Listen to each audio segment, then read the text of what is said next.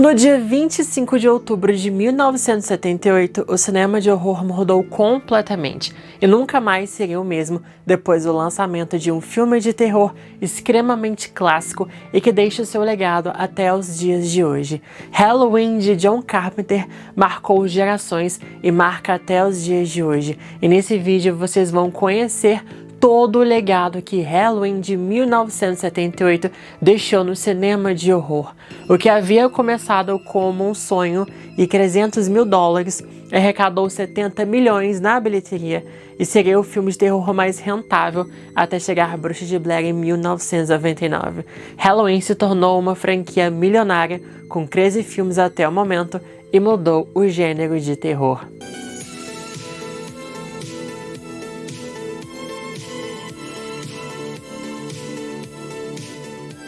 Happy Halloween, Michael. Sejam bem-vindos ao canal de terror Quarta Parede Investiga. Meu nome é Breno Beccario e aqui eu trago muitas curiosidades, rankings, teorias, revisito filmes, trago tretas do mundo do terror e muito mais. Então, como um filme de terror independente da década de 70 mudou o cinema de horror?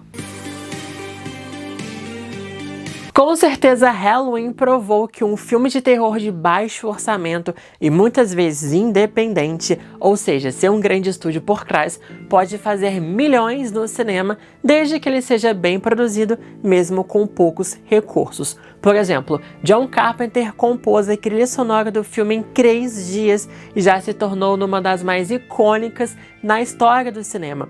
Eles não tinham dinheiro para investir na iluminação do filme, então John Carpenter usou a escuridão para criar a atmosfera de terror e suspense do filme, com Michael escondendo no meio das sombras. O elenco usou as próprias roupas no filme, já que não tinham dinheiro para comprarem figurinos. Só alguns exemplos para vocês. Então os estúdios começaram a ver que eles poderiam fazer um filme de terror com baixo orçamento e conseguir arrecadar milhões de bilheterias. Eles também são rápidos de fazer, em 1 ou 2 meses já conseguem filmar, então viram não só no slasher, mas em filmes de terror no modo geral, uma mina de dinheiro rápido e fácil. É a fórmula: filme barato, mais grande bilheteria igual a ótimo lucro. Inclusive, isso até inspirou a Blumhouse, que tem a premissa de fazer filmes de terror de baixo orçamento. E o Jason Blum é tão fã de Halloween que comprou os direitos momentaneamente e fez uma nova trilogia recentemente. Não só a Blumhouse usa essa premissa, mas também temos atualmente a A24, a Neon, Shudder e outros que fazem filmes de terror independentes e de baixo orçamento. Mas os grandes estúdios como a Paramount se lançaram nessa ideia e lançavam um filme de Sexta-feira 13 quase anualmente, e décadas mais tarde replicou isso em Atividade Paranormal. E a Lionsgate também fez isso com Jogos Mortais. E a New Line Cinema foi salva pelo sucesso de A Hora do Pesadelo, que impediu a falência do estúdio. E a New Line acabou sendo chamada de A Casa que o Fred Construiu. Ou seja, os filmes de terror são uma máquina de dinheiro. Inclusive, não sei se vocês sabem disso, mas foram os filmes de terror que geraram a fórmula da sequencialização. Hollywood, por meio dos filmes de terror, perceberam que sequências eram rentáveis e traziam longevidade a uma propriedade intelectual. Não era muito comum um filme ganhar uma sequência, geralmente fazia um filme e era só isso. Mas com os filmes de terror, incluindo Halloween, que foi um dos primeiros, perceberam que a sequencialização era rentável e que criar franquias era um bom negócio. Tudo bem que Halloween não foi o primeiro filme slasher da história. Há muita discussão de qual foi o primeiro slasher e muitos dizem que começou em 1960 com Psicose ou até mesmo Peeping Tom. Mas na verdade esses dois filmes são proto-slasher, uma espécie de pré-slasher, um protótipo, já que eles trouxeram várias características desse subgênero, mas não são slashers propriamente ditos. Outros dizem que o primeiro slasher é o Massacre da Serra Elétrica ou Black Christmas, ambos de 1974. Inclusive, esse Black Christmas, um terror canadense dirigido por Bob Clark, foi grande inspiração para John Carpenter criar Halloween. Inclusive, os dois diretores eram muito amigos e diziam que os dois filmes eram praticamente primos distantes. Mas isso vai ser assunto para outro vídeo, galera. A questão é que, mesmo que Halloween não seja o primeiro slasher da história, ele ajudou a popularizar e lapidou toda a fórmula do subgênero como o conhecemos. Temos um grupo de jovens que são mortos por um assassino mascarado e somente há uma sobrevivente, que é a Final Girl. O assassino mata com uma arma fálica, geralmente uma faca, e que vai evoluindo para o facão do Jason, as garras do Fred e assim por diante. As mortes acontecem num curto intervalo de tempo, geralmente alguns poucos dias ou numa única noite, e também temos a câmera subjetiva que segue o ponto de vista ou POV do assassino, não mostrando seu rosto e perseguindo as suas vítimas. O grupo de jovens é sexualmente ativo, usa drogas, bebem, gostam de festas, e a única que é contrário a isso é a virginal Final Girl. E também nos filmes slashers nós temos a força policial, que nunca realmente ajuda, né, galera? Também temos perseguição da Final Girl, que acaba caindo, e vários clichês, como a chave que não abre a porta, o carro que não liga, e muitos outros que eu vou comentar melhor em outros tópicos. Mas Halloween acabou trazendo uma fórmula para os filmes slasher, que acabaram sendo replicados por vários e vários anos, décadas até os dias de hoje. Halloween com certeza criou o arquétipo da Final Girl em filmes de terror. Pelo menos a Final Girl clássica, que inclusive é descrita nesse livro Men, Women and Chainsaws, escrita em 1992 pela professora universitária Carrie J. Clover. É um livro sensacional, galera. Infelizmente só tem em inglês, mas caso você entenda bem a língua e é fã de terror, vale muito a pena. Então, uma sugestão de leitura aqui para vocês, galera. E nesse livro, então, a autora vai descrever o arquétipo de uma Final Girl por meio dos estudos que ela fez de vários filmes de terror das décadas de 70, 80 e início dos anos 90. É claro que a Laurie é uma Final Girl raiz que fundamentou a Final Girl clássica. Então a autora, ela descreve que uma Final Girl é virginal, sexualmente indisponível, ou seja, ela não pensa em festas, bebidas, drogas e não se preocupa com garotos, e por não ter essas distrações, ela está antenada com o que acontece ao seu redor.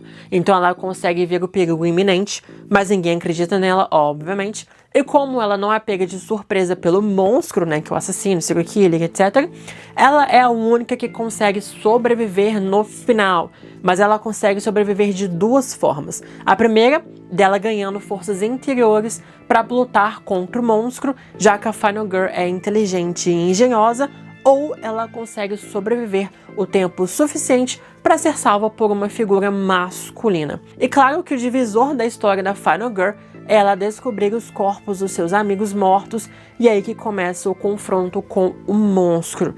E é exatamente o que acontece em Halloween com a Laurie, que acaba sendo salva no final pelo Dr. Loomis, e começa aquela perseguição final depois que ela acha os corpos dos amigos mortos. A Laurie é um grande template de várias e várias Final Girls que surgiram ao longo dos anos. Mas claro que também tivemos outras vertentes de Final Girls que foram evoluindo com o tempo. Inclusive, a Laurie também evoluiu, porque ela está presente em todas as décadas, e a cada versão sua condiz com um novo arquétipo de Final Girl vigente na época. Temos a Laurie da década de 70, 80, 90, 2000, 2010, 2020, ou seja, a Laurie ela acabou evoluindo junto com as Final Girls, mas ela é a Final Girl raiz clássica.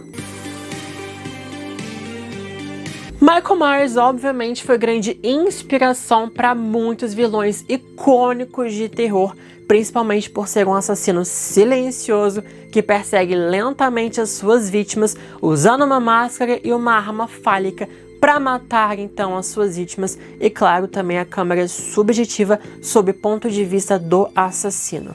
E aí então que surgiu o Jason Voorhees de Sexta-feira Crazy, o Harry Warden de Dia dos Namorados Macabro e até mesmo o Pescador de Eu Sei O Que Vocês Fizeram no Verão Passado. E todas as vertentes de assassinos silenciosos e mascarados foram inspirados ou copiados de Michael Myers. E depois também tivemos as outras vertentes dos assassinos que falam com as suas vítimas a partir de Algo do Pesadelo de 1984, que depois ganhamos o Pinhead de Hellraiser, o Chucky de Brinquedo Assassino e muitos outros também. Halloween começou a chamada Era de Ouro dos Slashers, que começou, obviamente, em 1978 e durou até o ano de 1984. Os anos 80 foram um boom ali de filmes slasher, principalmente depois do sucesso de Halloween. Todo estúdio queria um Halloween para si. E como eu disse, eles poderiam fazer um filme com um orçamento baixíssimo e conseguir arrecadar milhões de bilheteria. Eles são rápidos de fazer. Em 1 ou 2 meses já conseguem ali, né, galera? Então começaram uma máquina de produção de slashers nessa década e foram produzidos cerca de 300 filmes slasher só nos anos 80. Se a gente for analisar, então, 300 filmes em 10 anos daria uma média de 30 por ano. Gente, é um número muito, mas muito grande. E todos queriam usar essa fórmula de Halloween que deu tanto certo, e foi nessa década que surgiram várias franquias de terror que amamos e estão vivas até os dias de hoje, como Sexta-feira Crazy, Dia dos Namorados Macabro, Natal Sangrento, A Hora do Pesadelo, que surgiram todos nessa era de ouro do terror. Depois que surgiram, né, o Hellraiser, Brinquedo Assassino, Pânico, que a gente vai falar sobre isso mais tarde, mas enfim, foi Halloween quem trouxe a franquia Massacre da Serra Elétrica de volta, galera, já que o primeiro filme foi lançado em 1974, mas a sequência só chegou quase 10 anos em 1983 e colocou o Leatherface no panteão de grandes vilões do terror. E também a franquia Psicose retornou na década de 80 com Psicose 2, uma sequência 23 anos depois do original. É aquilo que eu falei pra vocês sobre a questão da sequencialização. Filmes slasher estavam muito em alta. Então até mesmo reviveram algumas franquias bastante antigas por conta do sucesso de Halloween. Depois da Era de Ouro dos Slashers e chegando no final dos anos 80 e início dos anos 90, os slashers foram perdendo força. Mas aí que chegou a segunda vertente. Em 1996, Pânico veio aí e revitalizou o slasher, trazendo os Teen Slashers. E assim como Halloween foi um divisor de águas. E assim, o fim dos anos 90 e início dos anos 2000, tivemos uma outra enxurrada de slashers surgindo, mas dessa vez bebendo muito da fonte de Pânico. Mas se não tivéssemos Halloween, não teríamos Pânico. Inclusive, né, Kevin Williamson, que escreveu ali, roteirizou Pânico, é muito fã, obviamente, de Halloween. E ele até mesmo roteirizou Eu Sei O Que Vocês Fizeram no verão passado, que também se inspirou muito em Halloween na construção do suspense, na regra do mínimo de sangue possível e, obviamente, um assassino lento perseguindo as suas vítimas. Então, Halloween acabou gerando uma segunda geração de slashers a partir de Pânico. E foi Halloween 2018 que gerou o grande boom de sequências legado, que Pânico voltou, Eu Sei Que Vocês Fizeram, o verão passado voltou, trouxe de volta até mesmo Premonição depois de vários anos. Enfim, galera, mesmo assim, a franquia Halloween consegue trazer outras franquias de volta, e o sucesso da franquia Halloween é o que leva também ao sucesso das outras franquias ali. Halloween não só popularizou os slashers e depois inspirou os teen slashers, mas como criou um subgênero que poucas pessoas falam ou conhecem, o chamado de Holiday Horror Movies. Filmes de terror que se passam em feriados ou em datas comemorativas. Halloween começou essa tendência e temos todas as datas comemorativas possíveis. Os filmes de terror são muito ecléticos. Então vamos com alguns exemplos, galera. Obviamente, começando com Halloween, além da franquia, temos Contos do Dia das Bruxas, A Casa do Terror, Terrifier 1 e 2 também ali. Temos Natal, né, com Natal Sangrento, Krampus, Terrifier 3. Temos Dia dos Namorados com Dia dos Namorados Macabro, Dia do Terror, Heart Eyes. Temos 4 de julho como Eu Sei O Que Vocês Fizeram no Verão Passado. Temos Ano Novo com Creme do Terror de 1980, que também tem Jamie Lee Curtis no elenco. Dia de Ação de Graças com Feriado Sangrento. Temos até mesmo a Black Friday com o filme Black Friday. Temos Sexta-feira 13, que é o Dia do Azar, na franquia Sexta-feira 13, e o próprio diretor Sean Cunningham disse que copiou Halloween na cara dura, né? Temos até mesmo 1º de abril, com a Noite das Brincadeiras Mortais, e até mesmo aniversário, galera. Feliz aniversário para mim e a morte te dá parabéns. Também temos Formatura, com o baile de formatura de 1980. Inclusive, a Blumhouse fez uma série antológica chamada de Into the Dark, em que cada episódio era um filme de terror que se passava numa data comemorativa, ou seja, todas as datas comemorativas e feriados têm um filme de terror que se passa nelas. E tudo isso graças ao sucesso de Halloween, que criou o Holiday Horror Movies. Não somente a questão que eu trouxe para vocês de sequencialização, mas Halloween mudou bastante o modo de como os filmes de terror eram feitos pelos cineastas e pelos estúdios. Uma delas é ter uma trilha sonora marcante e atemporal. Eram poucos filmes de terror com uma trilha sonora forte como Psicose, Tubarão, Exorcista, Suspira, mas foi a partir de Halloween que os filmes de terror, principalmente os slashers, se preocuparam mais em criar trilhas sonoras icônicas para os seus filmes, que você vai ouvi-las e já sabe de qual filme se trata. Nós temos, obviamente, Sexta-feira 13 com A Hora do Pesadelo, Brinquedo Assassino, Pânico e até mesmo Invocação do Mal. E esse acorde da trilha sonora de Halloween inspira outros filmes até hoje, como Corrente do Mal, que o próprio diretor David Mitchell disse que se inspirou na trilha de Halloween.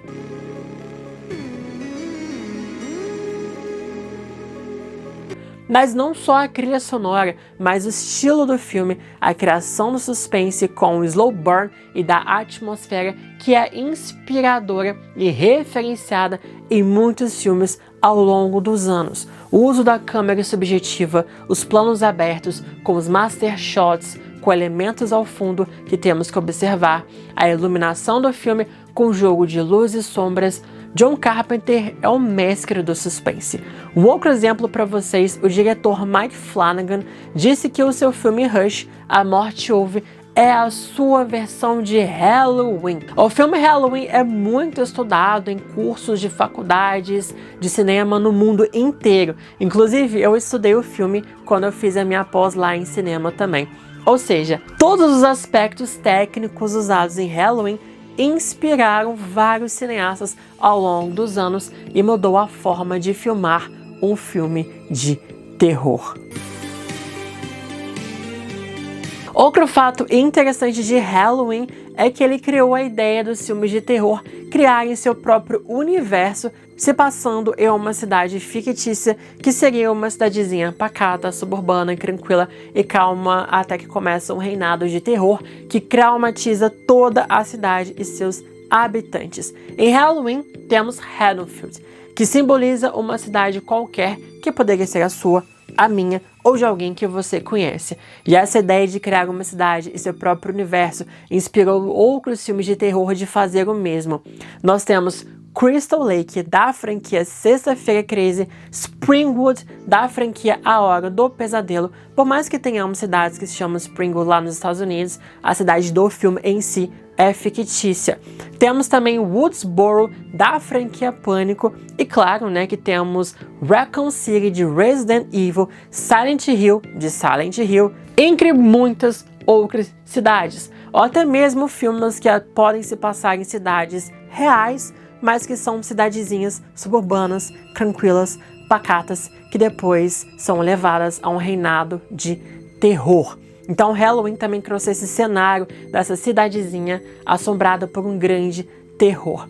Galera, Halloween é uma franquia de terror de mais de 45 anos, com 13 filmes e com certeza ainda vai continuar viva por muitos e muitos anos. E ainda vai inspirar vários fãs e cineastas e seu legado continuará para sempre. É um filme que marcou e que continuará marcando até mesmo nós fãs, né, galera, que amamos essa franquia com todas as nossas forças. Então, dê um like nesse vídeo, se inscrevam no canal se vocês não são inscritos, se vocês gostaram dessa curiosidade do legado de Halloween.